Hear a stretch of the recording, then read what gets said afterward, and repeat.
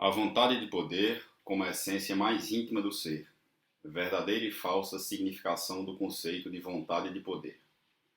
A noção de vontade de poder é de tal forma primordial que Nietzsche não hesita em fazer dela o núcleo de sua definição do real, o ponto último do que chamamos de sua ontologia, ou, como ele mesmo diz em várias ocasiões, ela é a essência mais íntima do ser. É preciso esclarecer aqui um mal-entendido tão grande quanto frequente. A vontade de poder não tem relação com o desejo de ocupar sei lá que lugar importante. Trata-se de outra coisa. É a vontade que quer intensidade, que quer evitar a qualquer custo os dilaceramentos internos dos quais acabo de lhe falar, e que por definição mesmo nos diminuem, já que as forças se anulam umas às outras, de modo que a vida em nós se estiola e se apequena. Portanto, não é absolutamente vontade de conquistar, de ter dinheiro ou poder, mas o desejo profundo de uma intensidade máxima de vida, de uma vida que não seja mais empobrecida, enfraquecida, porque dilacerada, mas ao contrário, a mais intensa e mais viva possível. Quer um exemplo? Pense no sentimento de culpa quando, como se diz, estamos ressentidos com nós mesmos. Nada pior do que esse dilaceramento interno, esse estado do qual não se consegue sair e que nos paralisa a ponto de eliminar em nós qualquer tipo de alegria. Mas pense também no fato que há milhares de pequenas culpas inconscientes, que passam despercebidas e que, contudo, não deixam de produzir efeitos devastadores em termos de poder. É nesse sentido que, em certos esportes, por exemplo, controlam-se os golpes em vez de dá-los, como se houvesse uma espécie de remorso oculto, de temor inconsciente inscrito no corpo. A vontade de poder não é a vontade de ter um poder, mas, como diz Nietzsche, ainda é a vontade da vontade. A vontade que se sente a si mesma, que quer sua própria força, e que, em compensação, não quer ser enfraquecida pelos dilaceramentos internos que nos esgotam, que nos tornam pesados e que nos impedem de viver com a leveza e a inocência de um dançarino. Tentemos abordar mais concretamente o que isso pode significar. Um exemplo concreto de grande estilo, o gesto livre, o gesto bloqueado, classicismo e romantismo. Se você quiser ter uma imagem concreta desse grande estilo, só precisa pensar no que temos de viver quando exercitamos o esporte ou artes difíceis, e todos são, para conseguirmos um gesto perfeito. Pensemos, por exemplo, no movimento do arco nas cordas do violino, dos dedos no braço de um violão, ou, mais simplesmente ainda, num revés ou num saque no jogo de tênis. Quando se observa a trajetória de um campeão, parece de uma simplicidade e uma facilidade literalmente desconcertantes. Sem o menor esforço aparente, na mais límpida fluidez, ele envia a bola com a rapidez que confunde. É que nele, as forças em jogo no movimento são perfeitamente integradas. Todas cooperam para a mais perfeita harmonia, sem resistência alguma, sem desperdício de energia, logo, sem reação. No sentido que Nietzsche dá ao termo. Consequência, uma reconciliação admirável da beleza e do poder, que já se nota nos mais jovens desde que dotados de algum talento. Ao contrário, aquele que começou tarde demais terá, com a idade, um gesto irreversivelmente caótico, desintegrado ou, como se diz, bloqueado. Ele freia os lances, hesita em enviá-los, se aborrece sempre, a ponto de insultar a si mesmo todas as vezes que erra.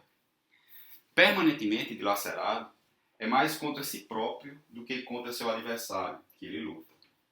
Não apenas a elegância desaparece, como também falta poder.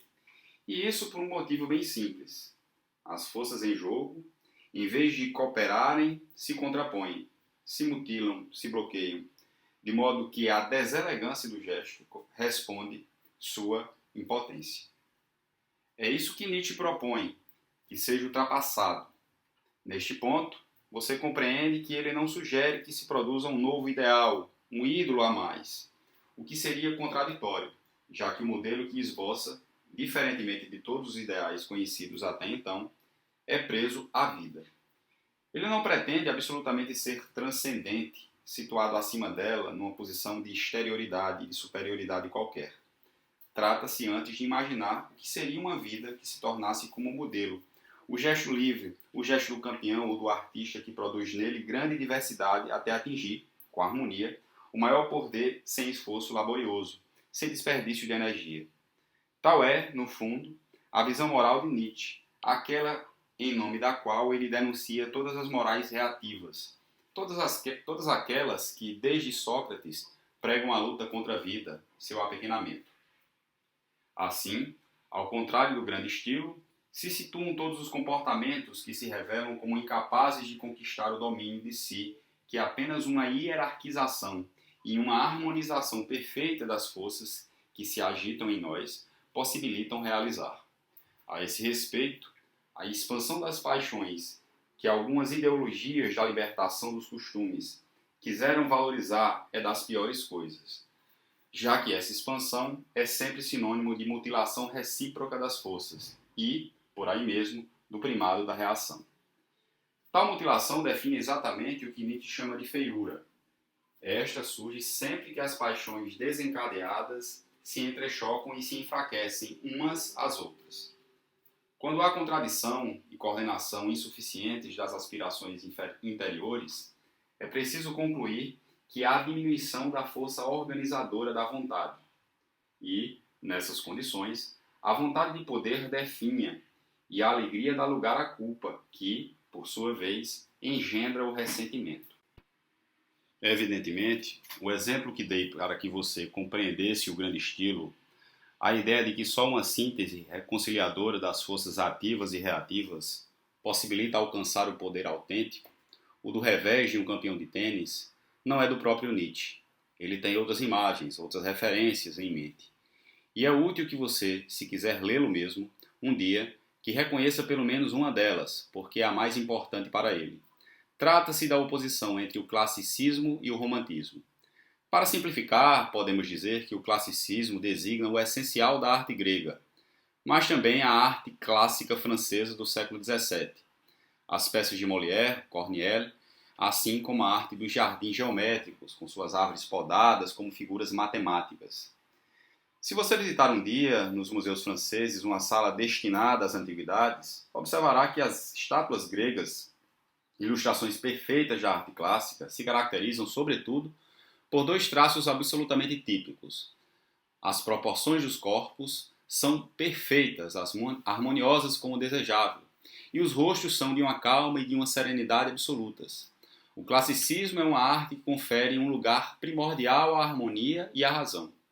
Ele desconfia como da própria sombra da expansão sentimental que vai, ao contrário, caracterizar em grande medida o romantismo. Poderíamos desenvolver longamente essa oposição, mas aqui o essencial é que você compreenda como Nietzsche a pensa e por que ela é tão importante para ele. Segundo um tema constante em sua obra, a simplicidade lógica própria dos clássicos é a melhor aproximação dessa hierarquização grandiosa, que o grande estilo concretiza. Ainda aí, Nietzsche não faz mistério. Cita ele. O embelezamento é a consequência de uma força maior. Pode-se considerar o embelezamento como a expressão de uma vontade vitoriosa, de uma coordenação mais intensa e de uma harmonização de todos os desejos violentos, de um infalível equilíbrio perpendicular.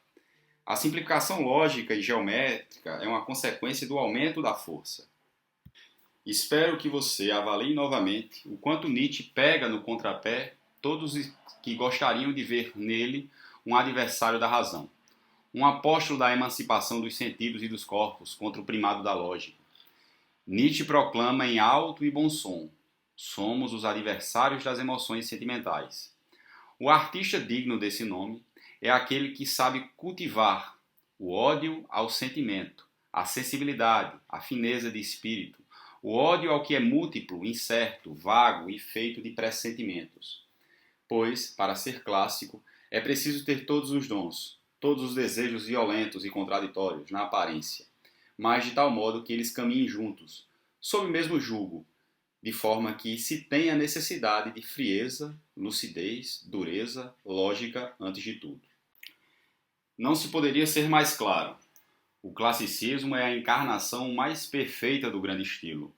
Eis porque, contra Victor Hugo, que ele considera um romântico sentimental, Nietzsche reabilita Corneille, para ele um cartesiano racionalista, como um desses poetas pertencentes a uma civilização aristocrática, que tinham como ponto de honra submeter a um conceito, grifo de Nietzsche, de seus sentidos, talvez mais vigorosos ainda, e impor às pretensões brutais das cores, dos sons e das formas a lei de uma intelectualidade refinada e clara. Nesse ponto, parece-me, eles seguiam os grandes gregos.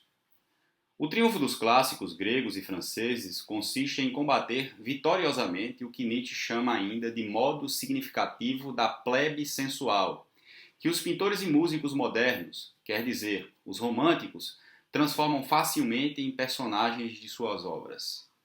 Ao contrário do gênio clássico, o herói romântico é então pintado como um ser dilacerado e consequentemente enfraquecido por suas paixões interiores. Ele é infeliz no amor, suspira, chora, arranca os cabelos, se lamenta e só abandona os tormentos da paixão para recair-nos da criação. Por isso, em geral, o herói romântico é doente, desbotado, mesmo e acaba sempre morrendo jovem, corroído por dentro por essas forças que o habitam e minam porque não se conciliam. Eis porque Nietzsche tem horror a isso. Eis porque ele vai detestar Wagner e Schopenhauer. Porque ele vai sempre preferir Mozart ou Ramenal a Schumann e a Brahms. Quer dizer, a música clássica matemática, a música romântica e sentimental. No fim, você notará, e é um aspecto essencial de toda filosofia, que o ponto de vista prático encontra o da teoria. E que a ética é inseparável da ontologia, pois, nessa moral da grandeza, é a intensidade que tem primazia, é a vontade de poder que se sobrepõe a qualquer outra consideração. Nada na vida vale mais do que o grau de poder, diz Nietzsche.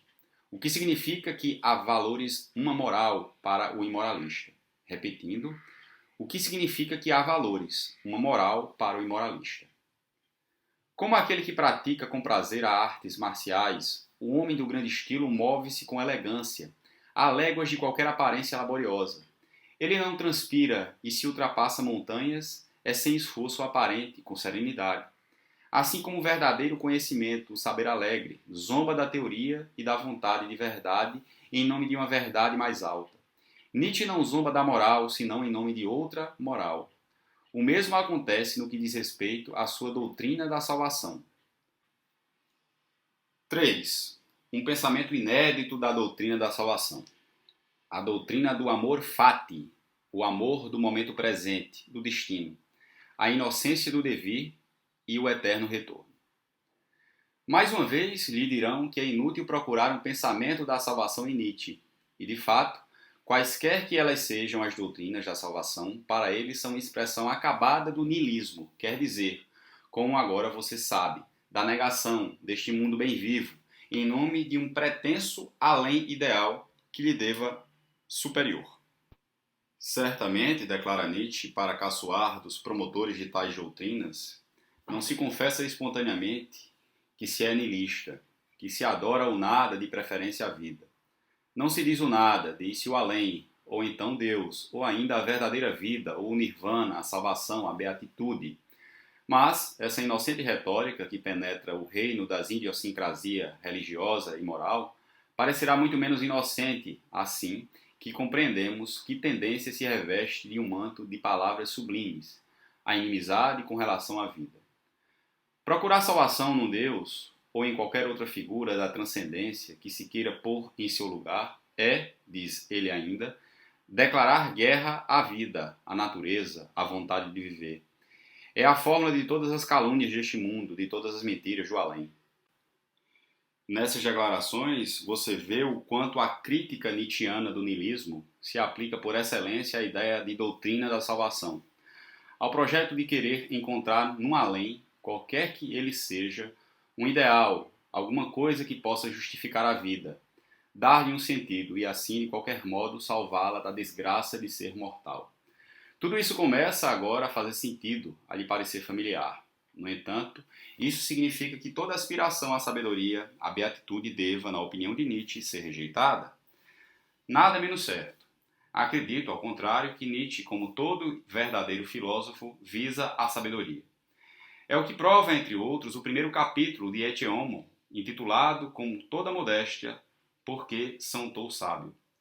Ora, essa passagem, como ele próprio nos revela em suas obras, em suas últimas obras, é encontrada em sua célebre, mas à primeira abordagem, bastante obscura, Doutrina do Eterno Retorno.